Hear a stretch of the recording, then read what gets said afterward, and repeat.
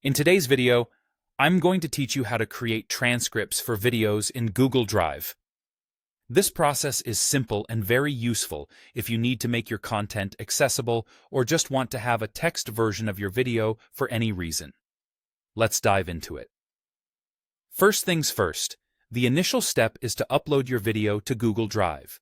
You can do this by simply dragging and dropping your video file into the Google Drive interface, or by using the New button in the top left corner and selecting File Upload to find and upload your video from your computer.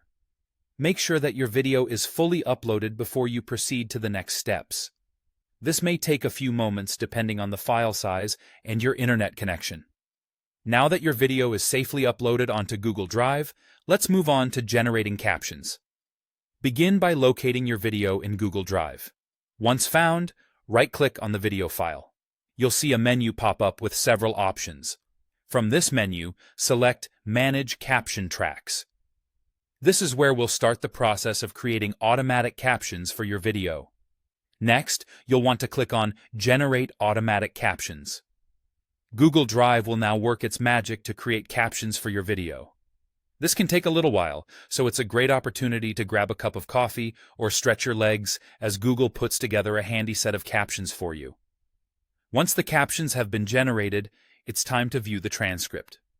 To do this, open your video in Google Drive by simply double-clicking on the file so it begins to play. While the video is open, you'll notice a gear icon in the bottom right corner of the video player.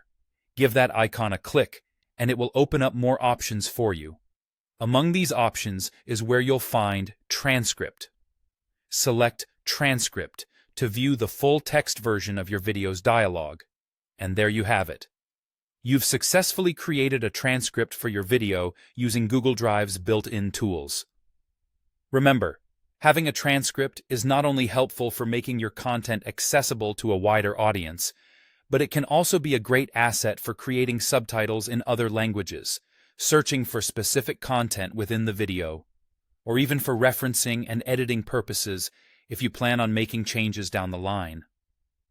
I hope you found this guide clear and easy to follow. If you have any questions or run into any issues, don't hesitate to reach out in the comments section below. Thanks for watching, and happy transcribing.